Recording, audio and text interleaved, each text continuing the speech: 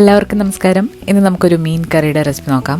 നമ്മളിന്ന് ഉണ്ടാക്കുന്നത് വറുത്തരച്ച് മുരിങ്ങയ്ക്കൊക്കെ ചേർത്തിട്ടുള്ള ഒരു നല്ല ടേസ്റ്റ് ആയിട്ടുള്ളൊരു മീൻ കറിയാണ്. ട്രിവാൻഡ്രം സ്റ്റൈലിലുള്ള മീൻ കറിയാണ്.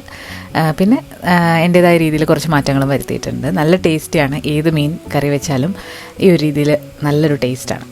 അപ്പോൾ ആദ്യം തന്നെ നമുക്ക് മീൻ കറിയിലേക്ക് വേണ്ടിയിട്ടുള്ള തേങ്ങ ഒന്ന് വറുത്തെടുക്കണം. അപ്പോൾ അതിന് വേണ്ടിയിട്ട് നമ്മൾ പാത്രം ചൂടായി വരുമ്പോൾ ഇതിലേക്ക് ഒരു അരമുറി തേങ്ങ ചിരകിയത് ചേർത്ത് കൊടുക്കാം. കുറച്ച് മൂത്ത തേങ്ങ എടുക്കുന്നതാണ് വറുത്തരയ്ക്കുമ്പോൾ ഏറ്റവും നല്ലത്.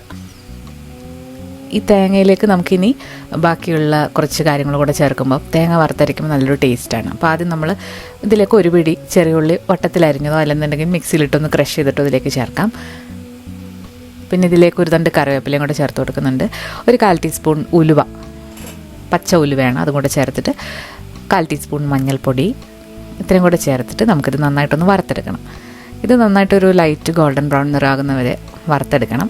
വറുത്തെടുത്തിട്ടാണ് നമ്മളിതിലേക്ക് പൊടികൾ ചേർക്കുന്നത്. ഇനി പൊടികൾ നിങ്ങൾക്ക് ചേർക്കേണ്ടതെന്നുണ്ടെങ്കിൽ മുഴുവനുള്ള മല്ലിയും അതുപോലെ വറ്റൽമുളകും കൂടി ഈ വറക്കുമ്പോൾ നിങ്ങൾക്ക് വറുത്തെടുക്കാം. അപ്പോൾ ഒന്നുകൂടി ഒരു ടേസ്റ്റാണ്. ഇപ്പോൾ ഒരു ലൈറ്റ് ഗോൾഡൻ ബ്രൗൺ നിറായി വന്നിട്ടുണ്ട്. ഇനി ഇതിലേക്ക് നമുക്ക് 3 ടീസ്പൂൺ കാശ്മീരി ചില്ലി പൗഡറാണ് ചേർക്കുന്നത്. എരിവുള്ള മുളക് പൊടിയാണെന്നുണ്ടെങ്കിൽ അതനുസരിച്ചിട്ട് ചേർത്താൽ മതി. ഇനി ഇതിലേക്കൊരു 2 ടീസ്പൂൺ മല്ലിപ്പൊടിയും കൂടെ ചേർത്ത് കൊടുക്കുകയാണ്. മല്ലിപ്പൊടിയും മുളക് പൊടിയും കൂടെ ചേർത്തിട്ട് ഒരുപാട് നേരം ഇളക്കണ്ട, ഒന്ന് പച്ചമണം മാറുന്നവരെ ഒന്ന് ഇളക്കി കൊടുക്കാം. ഇനി ഇത് നന്നായിട്ട് തണുത്തതിന് ശേഷം നമുക്ക് അരച്ചെടുക്കാം. നമുക്ക് മീൻ എടുത്തിട്ടുണ്ട്, 1 കിലോ മീനാണ് എടുത്തിരിക്കുന്നത്. നമ്മൾ സീ ബ്രീം എന്ന് പറഞ്ഞിട്ടുള്ള മീനാണ് എടുത്തിരിക്കുന്നത്. നല്ല ടേസ്റ്റുള്ള മീനാണ്. പിന്നെ ഒരു മീഡിയം സൈസിലുള്ള ഇഞ്ചി, 4-5 അല്ലി വെളുത്തുള്ളി ഒന്ന് ചതച്ചെടുത്തിട്ടുണ്ട്. ഇനി നന്നായിട്ട് തണുത്ത് വന്നതിന് ശേഷം തേങ്ങ വറുത്തത് ആദ്യം ഒന്ന് പൊടിച്ചെടുക്കുക. ഇതുപോലെ എണ്ണ തെളിയുന്നവരെ ഒന്ന് പൊടിച്ചെടുക്കണം. അതിനുശേഷം ഇതിലേക്ക് കുറച്ച് വെള്ളം കൂടെ ഒഴിച്ചിട്ട് ഒന്നുകൂടെ ഒന്ന് മിക്സ് ചെയ്തെടുക്കാം. വെള്ളം ഒട്ടും തൊടാതെ അരച്ചും എടുക്കാവുന്നതാണ്. അപ്പോൾ ഒന്നുകൂടെ നല്ല ടേസ്റ്റാണ്. അപ്പോൾ നമ്മൾ നന്നായിട്ട് ഇപ്പോൾ അരച്ചെടുത്തിട്ടുണ്ട്. ഇനി നമുക്ക് വേണ്ടത് ഒരു ചെറുനാരങ്ങ വലുപ്പത്തിലുള്ള പിഴുപുളിയാണ്. കുടംപുളിയല്ല നമ്മൾ ഈ കറിയിൽ ചേർക്കുന്ന, പിഴുപുളിയാണ്. ഇനി ഒരു ചട്ടി ചൂടായി വരുമ്പോൾ ഇതിലേക്ക് ഒരു 1.5 ടേബിൾ സ്പൂൺ വെളിച്ചെണ്ണ ഒഴിച്ചു കൊടുക്കാം. വെളിച്ചെണ്ണയിലാണ് നമ്മളിത് ഉണ്ടാക്കുന്നത്. ഇനി ഇതിലേക്ക് എക്സ്ട്രാ ടേസ്റ്റ് കിട്ടാനും കറിക്ക് ഒരു പ്രത്യേക മണവും രുചിയൊക്കെ കിട്ടാൻ വേണ്ടി ഒരു ചെറിയ കഷ്ണം കല്ലുകായം ഒന്ന് നന്നായിട്ട് വറുത്തെടുക്കുക. കല്ലുകായം ഇല്ലാന്നുണ്ടെങ്കിൽ കായപ്പൊടി ചേർത്താലും മതി, അത് അവസാനം ചേർക്കാം. നന്നായിട്ടൊന്ന് വറുത്തെടുക്കുന്നുണ്ട്. ഇതിനി തണുത്തതിന് ശേഷം പൊടിച്ചിട്ട് നമുക്ക് അവസാനം ചേർത്ത് കൊടുക്കാം. അതേ എണ്ണയിൽ തന്നെ നമ്മൾ ഇഞ്ചി വെളുത്തുള്ളി ചതച്ചതും കൂടെ ചേർത്ത് നന്നായിട്ടൊന്ന് മൂപ്പിച്ചെടുക്കാം. ആ കായം വറുത്ത എണ്ണയിൽ അത് മൂക്കുമ്പോൾ ഒരു പ്രത്യേക മണമാണ്. കറിവേപ്പിലയും കൂടെ ചേർത്ത് കൊടുക്കുന്നുണ്ട്. എരിവിനാശമായിട്ടുള്ള പച്ചമുളക് കീറിയതും കൂടെ ചേർത്തിട്ട് ഒന്ന് വഴറ്റിയെടുക്കാം. ഒരുപാടൊന്ന് ബ്രൗൺ ഒന്നും വേണ്ട. ഒന്ന് വഴണ്ട് വന്നു കഴിയുമ്പോഴത്തേക്ക് 2 തക്കാളി ക്യൂബുകളാക്കിയതും കൂടെ ചേർത്തിട്ട് നമുക്കിത് നന്നായിട്ടൊന്ന് വഴറ്റിയെടുക്കാം. തക്കാളി ചേർത്തിട്ട് അടച്ചു വെച്ച് വയ്ക്കുകയാണെന്നുണ്ടെങ്കിൽ പെട്ടെന്ന് തന്നെ ഇത് വെന്ത് കിട്ടും.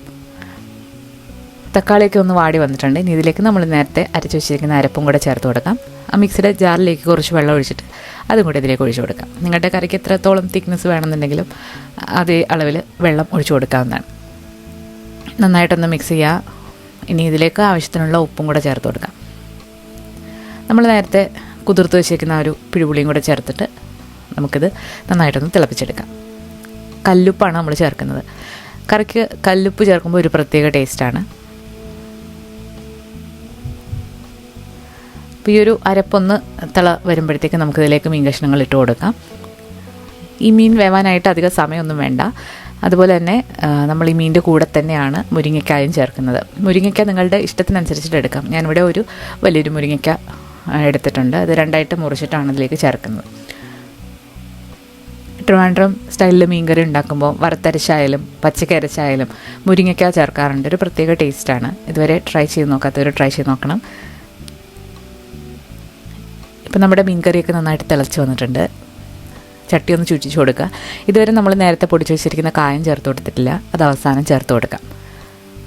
ഒരു പ്രത്യേക ടേസ്റ്റാണ് ഈ മീൻ കറിക്ക്. ഇതുവരെ ഈ രീതിയിൽ ട്രൈ ചെയ്ത് നോക്കാത്തവർ തീർച്ചയായിട്ടും ഒന്ന് ട്രൈ ചെയ്ത് നോക്കിയിട്ട് നിങ്ങളുടെ അഭിപ്രായങ്ങൾ കമൻസിലൂടെ അറിയിക്കാവുന്നതാണ്. അതുപോലെ ഈ വീഡിയോ ഇഷ്ടമായിട്ടുണ്ടെങ്കിൽ നിങ്ങളുടെ ഫ്രണ്ട്സിനും കൂടെ ഒന്ന് ഷെയർ ചെയ്ത് കൊടുക്കാനും, നമ്മുടെ ചാനൽ ഇതുവരെ സബ്സ്ക്രൈബ് ചെയ്യാത്തവരാണെന്നുണ്ടെങ്കിൽ ഒന്ന് സബ്സ്ക്രൈബ് ചെയ്യാനും മറക്കരുത്.